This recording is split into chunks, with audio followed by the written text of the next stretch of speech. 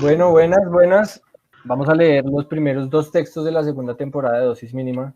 El primer texto de la primera temporada que nos canceló el COVID, que es el de Ana Sofía Buritica, y los dos primeros de la segunda temporada, que son Daniela Zuluaga y Jorge Andrés Garavito. Entonces arranquemos con Sofi. Ana Sofía Buritica Vázquez nació en Medellín el 1 de diciembre de 1993. Es periodista y autora del libro de poesía Impulsos Desanimados. Apasionada por el cine, las historias cotidianas y la literatura. Sueña con vivir frente al mar porque en el fondo siente que vive y escribe al mismo ritmo. Hola, Regálanos un par de los poemas que tienes en tu dosis. esto se llama Lo que el campo no atraviesa. Lo que el campo no atraviesa es la conciencia de la duda que plaga la ciudad, la atrocidad de la indiferencia para nombrar las fosas con hombres que observaron el sufrimiento desplegado del mundo.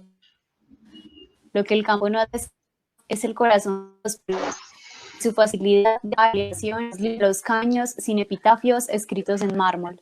Lo que el campo no atraviesa es la mirada despectiva de un bogotano que se burla de los migrantes que buscan el Parkway sin poder pronunciar su nombre. No atraviesa el tráfico, pero sí los llamados a la orilla del río. No atraviesa los empujones en Transmilenio, pero sí la imagen cadavérica del desmembramiento. No atraviesa la multitud de la séptima, pero sí el llanto de las madres que escarban con sus manos el terrón de tierra que guarda el último silencio de su hijo, un poeta sin libreta militar. Y hay otros que escribí como en el marco de las protestas sociales y el paro del año pasado, del cacerolazo. Se llama Y no eran los rusos. No retumban las cacerolas en el corazón de los muertos. Bajo la tierra se está más seguro, pensarán algunos. De acera a acera nos saludamos con un ta, ta, ta, ta, ta. Nada es fiesta ni baile, aunque esté en clave de salsa. Todo eso sobra.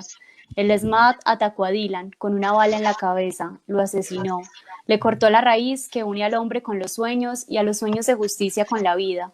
Nos asesinó y nos dejó en luto. Nos susurró que somos resistencia expuesta y sin valor para la llamada gente de bien. Nos dejó claro que centenares de cuerpos no son suficientes para la violencia sistemática en el campo y el asfalto. Toda palabra es vacía ante el dolor.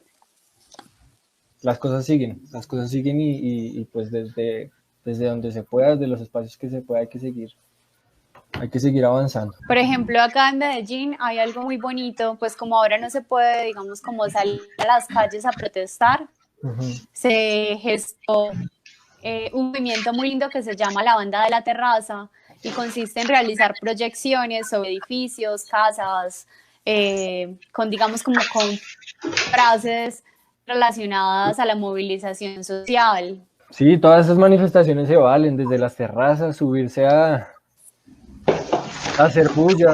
Bueno, sigamos con Daniela. Daniela Zuluaga es escritora y creadora de publicaciones. La mitad del tiempo se la pasa haciendo listas de lo que tiene que hacer, el resto sí hace las vainas. Le gusta mezclar el arte con la reflexión social y la construcción de comunidad. En ese camino se ha dado cuenta del gran poder de la autopublicación para darle materialidad a las cosas que inventa. Por eso cree firmemente en los fanzines y dispersa su evangelio a donde va. ¿Cómo vas, Daniela? Hola, muy bien, muy contenta de haber sacado este cuento con ustedes, sobre todo porque también era un cuento que tenía como guardado. Les leo una partecita. Entonces el cuento se llama La Rola. En sus ojos sentí un odio viejo, viejo como Caín y Abel. El pelo se me está cayendo. Tengo 19 años y el pelo se me está cayendo. ¿Qué voy a saber yo por qué? Solo sé que ella lo tiene largo, bonito, y a mí se me está cayendo. Por eso lo hice, será. Yo no sé. ¿Qué voy a saber yo? Ella, ¿qué va a saber? Nada. Ella solo escribe lo que cree que yo pensaba, pero que inventa. ¿Cuándo diría yo bonito? Eso no es muy cartagenero. Estoy mal en muchos sentidos, mejor dicho. Primero, porque yo no hablo así. Segundo, porque el pelo no se me está cayendo. Tercero, porque yo no hago listas o ella cree que no las hago. La Rola escribe y nada, acá estoy yo haciéndole bulla en su cabeza. Yo vengo por lo que es mío, denme pues lo que es mío. Ustedes me dijeron que me iban a dar esos 80,000 pesos. ¿Dónde están mis 80,000 pesos? Una y otra vez, yo en su cabeza, yo volviendo a gritarle, volviendo a mirarla, volviendo a decirle muy de frente, yo estoy hablando en serio. Quiere escribir una historia sobre mí, pero ¿qué va a poder? Ella siente que estamos tan lejos, siente que yo soy una realidad, mejor dicho. Y entonces, ¿ella qué es? ¿Pura finura? ¿Puro cuento? La Rola está al frente del salón del hotel donde era el taller, tan bonita, ahí con su pelo mono y su blusa elegante. Quería que dibujáramos el lugar donde sucedió la violación. Ah, viene a decir eso, así tan de frente, una Rola en un taller con víctimas de violencia sexual. Pues sí, llega y nos dice, quiero que lo dibujen en 3 círculos, que uno contenga al otro, así como están en el tablero, ¿sí ven? Claro que sí. Yo la miraba desde bien atrás con la niña en los brazos. O eso cree ella porque la verdad es que no sabe muy bien dónde yo estaba, pero sí que siempre estuve atrás tratando de dormir a la bebé. Es que le impresionó mucho que yo tuviera una hija, más cuando supo que era la segunda y que yo tenía 19 años. O sea que, según sus cuentas, yo quedé embarazada de la primera como a los 15 o a los 16. ¡Qué horror! Yo en esas, mientras la mayor preocupación de ella era leer Crepúsculo y acabar el colegio. Entonces, pues claro, obviamente así estoy yo, aunque ella no esté muy segura de eso, muy jodida, tratando de dormir a mi bebé, mientras ella nos pide que dibujemos el lugar donde sucedió la violación. No puede ser de otra manera.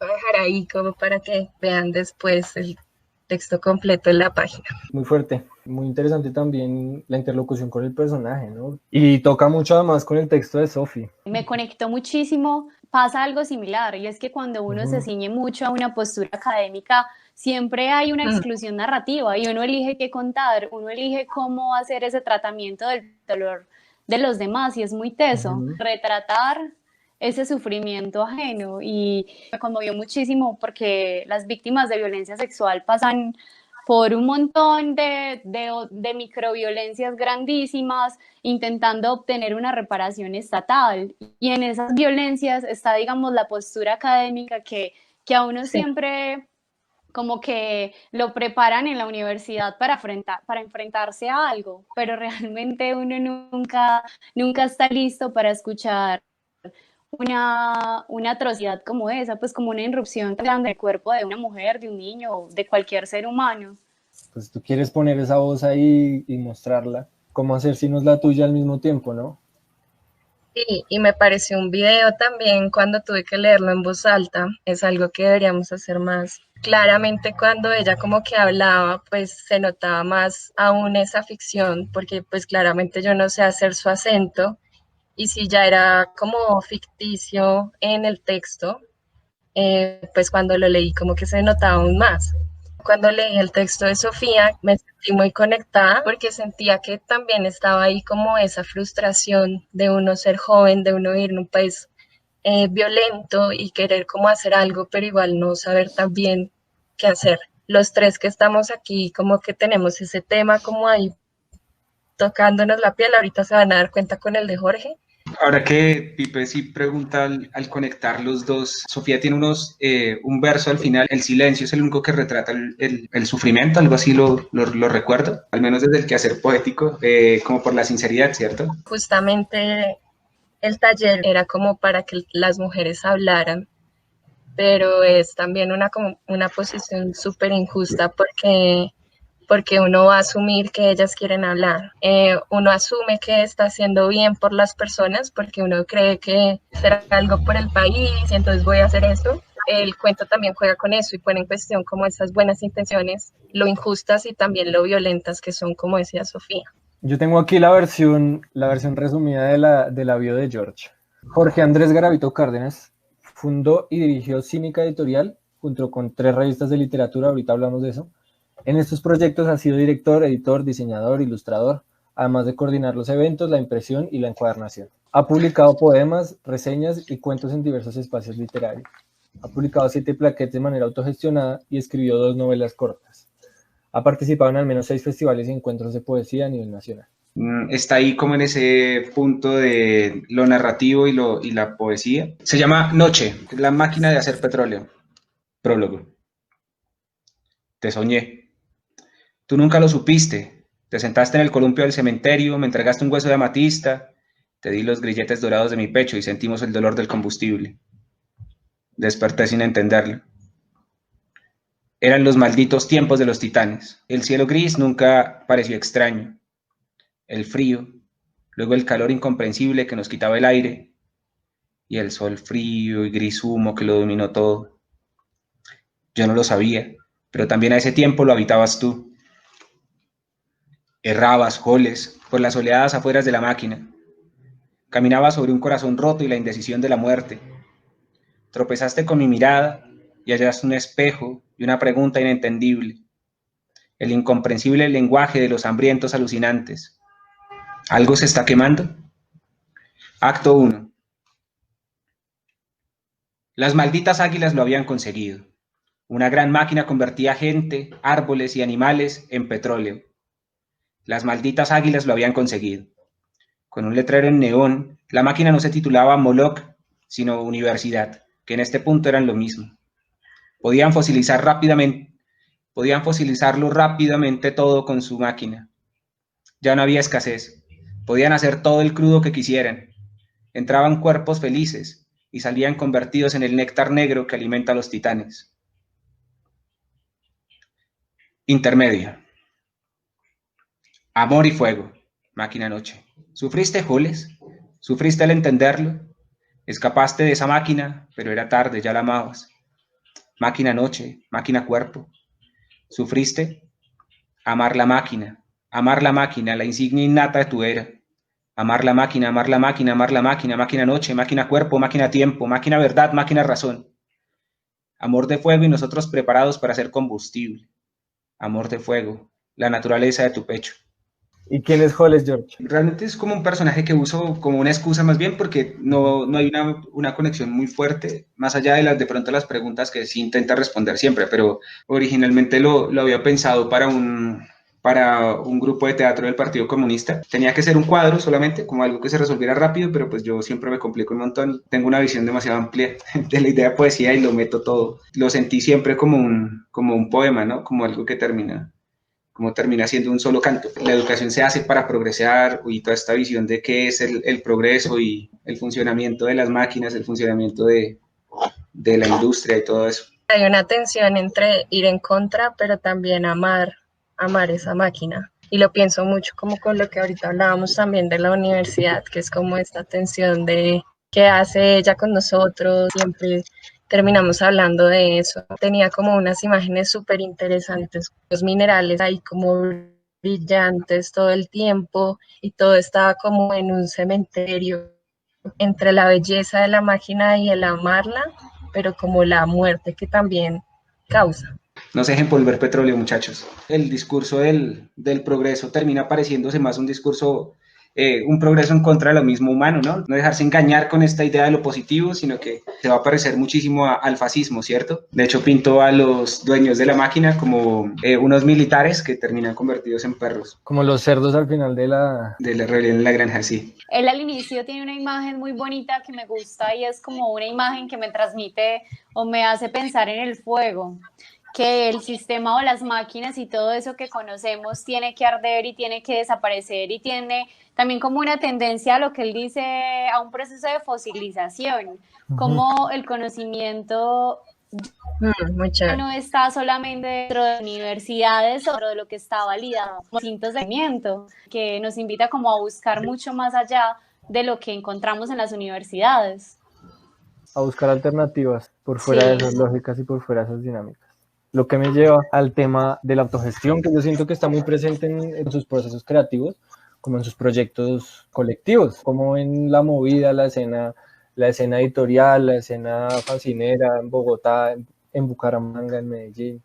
Bueno, yo comencé como intentando hacer fanzines y revistas literarias o ideas de poder publicar en colectivo en Bucaramanga, pero fue Bogotá el que me dio un poco más de impulso o encontré mucho más eco. De alguna manera también ayudó a que en Bogotá, en Bucaramanga se diera otra vez ese impulso y la gente continuó escapando bastante como de estas farsas de las editoriales y del mundillo de los concursos y eso. gente que pues no lo está haciendo por competir o por decir yo soy el mejor que lo puede estar haciendo, sino porque hay gente preocupada por retratar su realidad y se esfuerza muchísimo por hacerlo con mucha creatividad.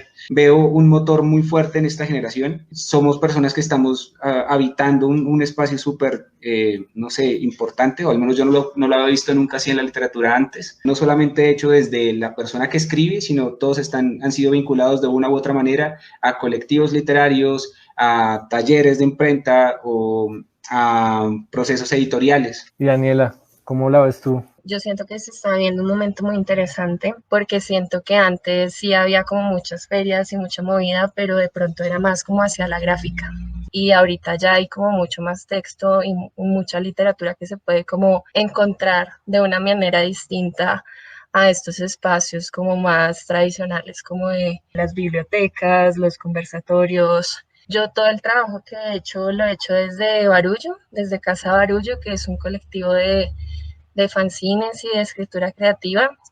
Y pues para mí eso fue como fundamental. Cuando empecé a estudiar literatura, como que me estaba volviendo, era más como una lectora y como una lectora súper específica que como una escritora. Y como que en este espacio lo volví a encontrar y claro que con la publicación se refuerza un montón, porque ya cuando ves las cosas como materializadas, todo empieza a generar conversaciones porque pienso que aunque estemos cerquita y aunque digamos Jorge y Sofía también estuvieran creando y también estuvieran haciendo autogestión, pues yo no los conocía. Nos permite leernos como entre nosotras en ciudades y en espacios distintos, otras formas de distribución, otras formas de llegar a la gente, que siento que igual ya también la escena está reaccionando y yendo hacia allá, así como se frenaron las manifestaciones, las marchas. También pasa un poco con esta escena y en general, ¿no? Como con la vida. Entonces hay que irnos pensando cómo reactivarnos. El Internet pues es un espacio con todas sus contradicciones y con todas sus paradojas del poder y pues bueno, igual el espacio está ahí, no por eso uno tiene que dejar de hacerlo y pues ya llegará el momento en que nos podamos desatar de todas esas dinámicas y pues de eso se trata esto mientras tanto de irnos articulando. No es descabellado que en las próximas décadas y no en los próximos años empiece a ocurrir lo contrario que le pasó a nuestros abuelos, que es que se venían a la ciudad obviamente pues buscando horizontes de bienestar y pues lo que mostraba el mundo, lo que mostraba el siglo XX este es el progreso, hágale. Ahorita pues ya nos estrellamos de frente contra la máquina. Pensar que en algunos años vamos a estar haciendo ferias como estas en entornos un poco menos llenos de cemento y petróleo. ¿Cómo es el movimiento de las mujeres escritoras en Bogotá y en Medellín? Antes de todo este proceso como de autogestión y con Casa Barullo, yo prácticamente no era consciente como de la escritura de mis contemporáneas, como que poco a poco ha sido muy bonito como irmelas encontrando en este camino. Nos ha tocado también movernos mucho por el lado de la autogestión para empezar a conocernos y también para empezar como a crear red. En Barullo, por ejemplo, casi todas somos mujeres. No fue algo como que planeáramos, pero siento que es un espacio que también favorece mucho como nos sentimos muy cómodas con la manera en que funciona. Lo que hablamos ahorita de la autogestión funciona mucho para que esta literatura hecha por mujeres se empiece a conocer y también que nos empecemos como a conectar un concepto que es el de edición comunitaria, a llevar herramientas para que las personas puedan generar sus propios contenidos. Siento que eso tiene como los mismos conflictos que de pronto como que expongo en el texto que leí, o es muy difícil de romper con esa jerarquía que se crea en los talleres. Uno sigue ostentando el rol como de la que está hablando y la que está llevando el conocimiento. Aún tenemos mucho ese reto de cómo vamos a llevar esto a otros espacios y a otros escenarios. Es muy chévere lo que estamos logrando de leernos entre nosotros porque siento que eso ni siquiera pasaba, pero también sigue existiendo el reto de cómo hacer que los lean como afuera de nosotros y que esos otros también escriban y también creen contenidos y como que la conversación cada vez sea más grande. ver qué estrategias inventa uno también para publicar iniciativas de creación de la periferia, sino conectarse con las que ya existen, porque es que ya existen muchas. Se nos muestra siempre como espectadores, ¿no? Y la gente termina pensando que el uso de la literatura es solamente para algunos afortunados o posesos por dioses o no sé qué cosas, como en el tono que necesita el mercado. El lenguaje creativo es mucho más poderoso que eso, ¿no? Está creando realidades, comunidades, personas que no lo habían pensado antes. Y es verse de una manera diferente, ¿no? Es verse un poco más partícipes, a tomar conciencia, ¿no? Del papel de la gente. Y creo que las editoriales independientes han entregado a la gente la posibilidad de narrarse y que narrar sea válido, ¿no? De expresarse y que eso tenga validez y sea posible escucharnos, ¿no? Que otro me lea con mucho interés porque soy un autor y yo pueda leerlo a él también como eso, como un autor, aunque sea mi vecino. Y se atrevan a apropiarse de la expresión impresa, como estamos tratando de conseguirlo. Y pues la intención es que nos creamos el cuento de que la expresión impresa nos pertenece. Abrazos.